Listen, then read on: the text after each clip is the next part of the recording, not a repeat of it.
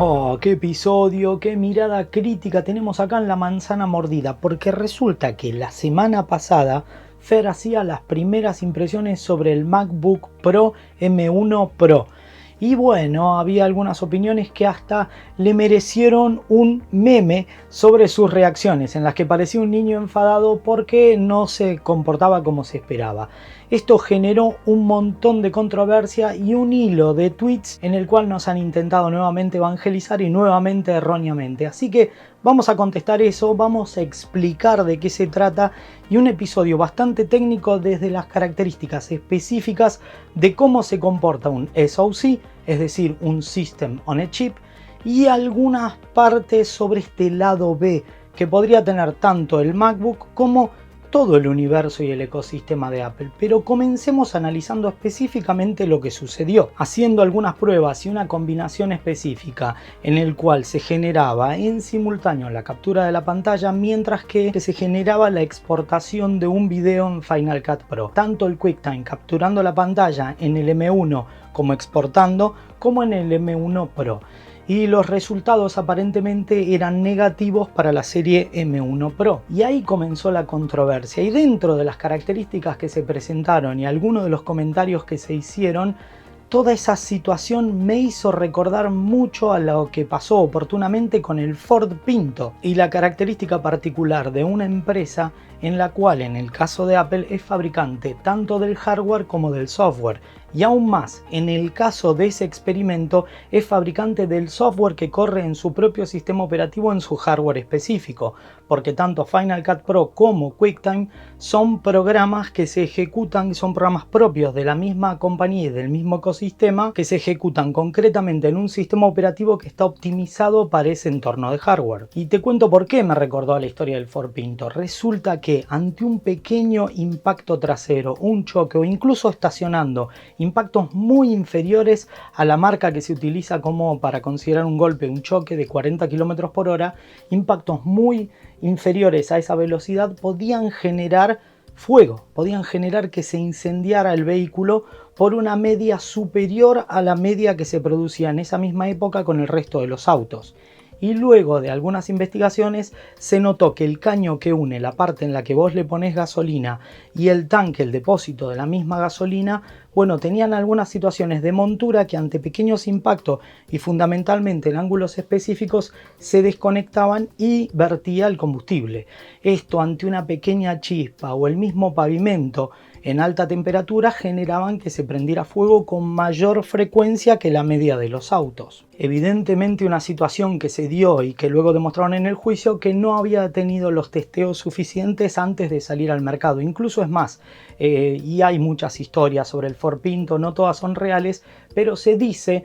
El punto no es tan importante lo que te voy a contar, sino la situación, que ante una combinación específica en la cual si usabas la luz para alertar el giro y el tanque estaba por la mitad, es decir que tiene vapores internos y te chocaban, era probable que explotara, algo que luego fue muy difícil de demostrar en el juicio. Sin embargo, fue uno de los elementos que se habían vuelto muy populares. Y yo te estoy hablando del Ford Pinto y vos dirás, ¿qué tiene que ver con Apple? Bueno, la situación es muy específica y habla sobre una empresa que no tuvo los suficientes testeos para sacar un producto al mercado.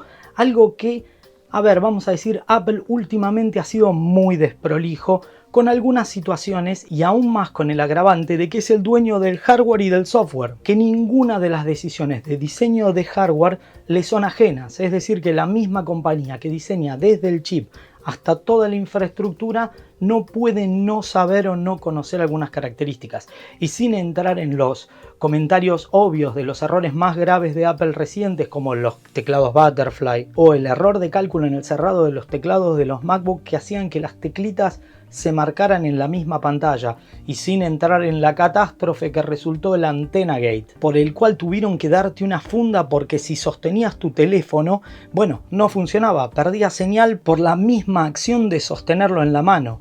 Entonces, las frases como ¿quién en su sano juicio utilizaría así? O sea, ¿a quién se le ocurriría sostener un teléfono para hablar por teléfono? Ah no, ahora que lo pienso es obvio.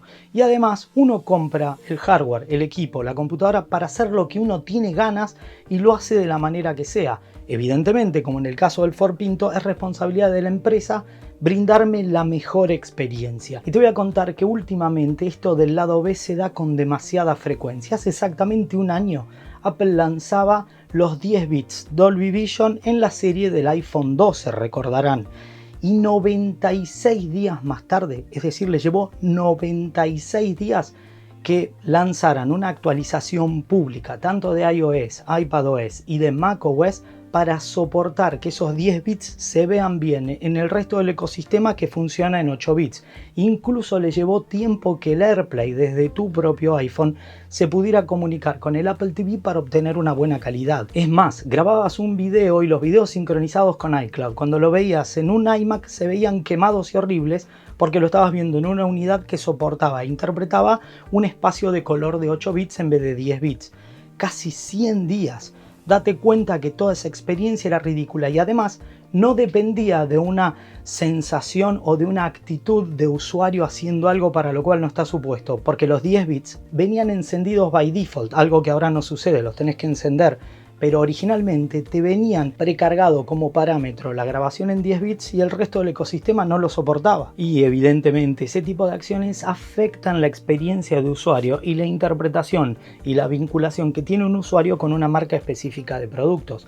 Tomemos otro ejemplo. Las nuevas MacBook Pro tienen un notch. Y no vamos a entrar en las características específicas del notch, sino y ni siquiera en las características del error terrible de diseño gráfico en el cual la línea de frontera no coincide y tenemos doble línea de frontera en un espacio demasiado chico. Ni siquiera analizamos ese detalle, sino el comportamiento. Sepamos algo, para que un ordenador llegue a una estantería de venta o que llegue a manos de consumidores finales pasan muchas, pero muchas semanas. Y el notch no es que nació por generación espontánea, fue una decisión de diseño. Entonces, que el nuevo sistema operativo Monterrey, independiente de futuras actualizaciones, lo que se llama en tecnología parche del día cero o Zero Day Patch, que significa que cuando vos te compras una unidad estás obligado a actualizarla porque esa unidad es insegura, por ejemplo, generalmente se da a situaciones específicas de seguridad o de vulnerabilidades que se encontraron luego, no a un error de comportamiento de un notch que introdujiste propiamente. Y fundamentalmente dentro de las características específicas de los errores de diseño del notch que sí van a solucionar con el tiempo, el comportamiento no puede depender de los developers, de los desarrolladores, tiene que depender como preferencia de usuario para las características específicas que prefieren su sistema, independiente de que los menús en la parte de arriba detecten colisión con el notch y se pongan en los costados. El concepto de ocultar el mouse que pase por atrás y desaparezca viola uno de los principios básicos del UI UX. Por si no está familiarizado, quiere decir User Interface for the User Experience. Y perder la ubicación de tu puntero, aunque sea momentáneo, genera una mala experiencia de usuario ante un error de interfase. Es como si hubiera una pegatina pegada a una calcomanía sobre la pantalla que no te permite ver. E independiente de que ya muchos desarrolladores y muchas de las aplicaciones y el sistema hayan evitado ese espacio dentro del notch, queda claro que los tres comportamientos posibles que nos brinda el desarrollo tecnológico no han sido implementados como una decisión de usuario final. Es decir, que por ejemplo el comportamiento de Collision Detection, que permite como cuando vos pones tu puntero en el borde de la pantalla vaya recorriendo el perímetro sin poder avanzar. Es como que el notch es una frontera por la cual detecta colisión. El otro comportamiento que vos podrías decidir y que muchos de los desarrolladores ya han implementado es magnet. Es decir, que cuando te pones en el principio del notch, magnéticamente desaparece el puntero para aparecer al final del notch. Es como que avanza, evita esa parte para que vos no puedas entrar en ese agujero negro. Y el tercer comportamiento, probablemente el peor, es el que finalmente ha sido implementado y bueno, es agnóstico, es independiente de la realidad del sistema operativo. Muchos que me conocen saben que esto de YouTube, tanto en este canal como en el mío en Idear Blog, es un hobby. Yo tengo una empresa de desarrollo tecnológico y generamos muchos productos y servicios. Te digo que prever los usos de los usuarios es lo más difícil. Por eso, y habiéndote explicado todas las veces que Apple se comporta de una manera bastante desprolija entre los lanzamientos de hardware y su actualización en software, en la cual pueden pasar semanas o hasta meses, bueno, Vamos a analizar qué fue lo que le pasó a Fer y por qué ese experimento arrojó ese resultado, tratando de explicar en efecto lo que pasó y no lo que se dijo en el hilo, porque claramente tiene solución y porque es muy interesante lo sucedido. Mira, te explico. Finalmente estamos hablando de aplicaciones nativas y de aplicaciones propias del mismo ecosistema.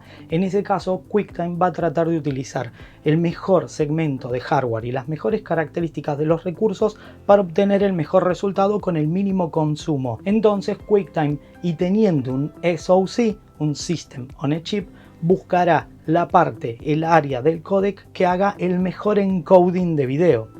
Pero se presenta una característica que lo complica por sobre el M1 tradicional, que existe ProMotion. Capturar video requiere que el frame rate, es decir, la cantidad de fotogramas por segundo, sea constante, no puede ser variable, porque si no vos no podés tener el primer segundo está compuesto por 25 fotogramas, el segundo está compuesto por 12, el tercero por 120. Por lo tanto, el ProMotion activado en una pantalla puede generar una variación porque le está informando constantemente al sistema operativo la tasa de refresco.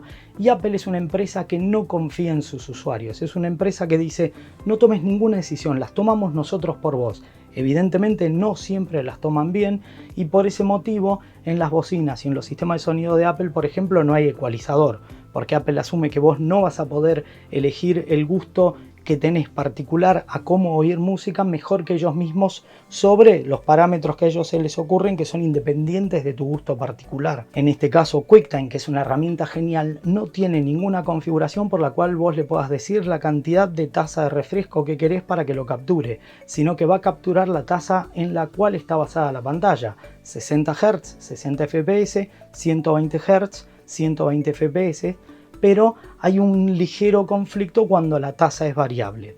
Por un lado tenemos eso, pero por el otro lado, en el System on a Chip, si el Final Cut está exportando un proyecto, va a competir por el uso del recurso específico de encoding, porque ambos van a tratar de ir a la parte que está más optimizada, que es justamente la que hace ese trabajo. Paradójicamente, si utilizáramos otro software de captura de pantalla que no sea nativo y que el encoding lo haga por software, no se hubiera dado esa característica. Por ese motivo hemos decidido realizar pruebas y mediciones de carga de sistema sobre el CPU, con exactamente las mismas exigencias del video de primeras impresiones de Fer. En condiciones de reposo, la M1, fíjate que tiene un load average, es decir, una carga promedio y una distribución de uso de procesador muy baja.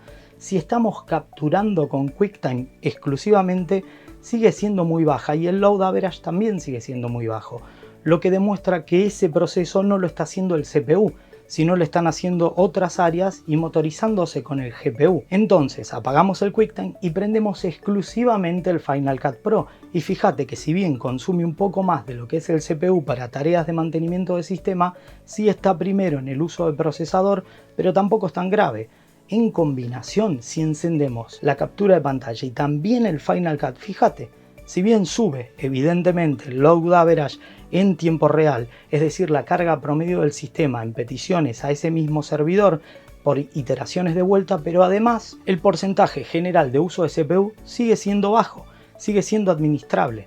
Por lo tanto, si un sistema mide las variaciones, el tráfico y la competencia para utilización o para explotar específicamente un recurso del SoC, del System on a Chip, de un área dedicada a ese proceso de encoding, que dos servicios lo están queriendo constantemente, se produce un race condition, es decir, en cada vuelta de iteración el que llega primero va a acaparar el recurso, el otro va a esperar, vamos a tener distintas vueltas de procesador porque estamos utilizando la misma área específica. Sin embargo, el CPU está tranquilo. ¿Qué podría hacer un desarrollador? ¿Qué decisión podría tomar? Si ponemos un monitoreo cada vez que estamos trabajando a nivel sistema operativo de un uso de un recurso por más de una aplicación en simultáneo, cuya combinación genera un atracamiento, un bottleneck, un cuello de botella en el uso específico de ese recurso, le podemos poner una alerta al usuario. Esta combinación de solicitudes genera una baja performance. es tan simple como eso y que dependa de una decisión de usuario, porque desde el punto de vista del UI UX fue informado de que no era beneficioso. O incluso más, si sos un muy buen coder y analizando de que el Pro y el Max son realmente unos chips recontrapoderosos y la baja incidencia que tenemos en el CPU principal, pasamos el encoding de menos requerimiento, que es evidentemente el de captura de pantalla, a software específicamente, si te sobra. No pasa por la complejidad del algoritmo bajo ningún punto de vista, fundamentalmente porque ese es otro error común. Los algoritmos más complejos son los que llevan mucho tiempo de depuramiento para que sean más simples, porque en efecto, simplificar un algoritmo es el proceso más complejo que hay, y cuanto más simple es y más optimizado está, mucho mejor va a funcionar.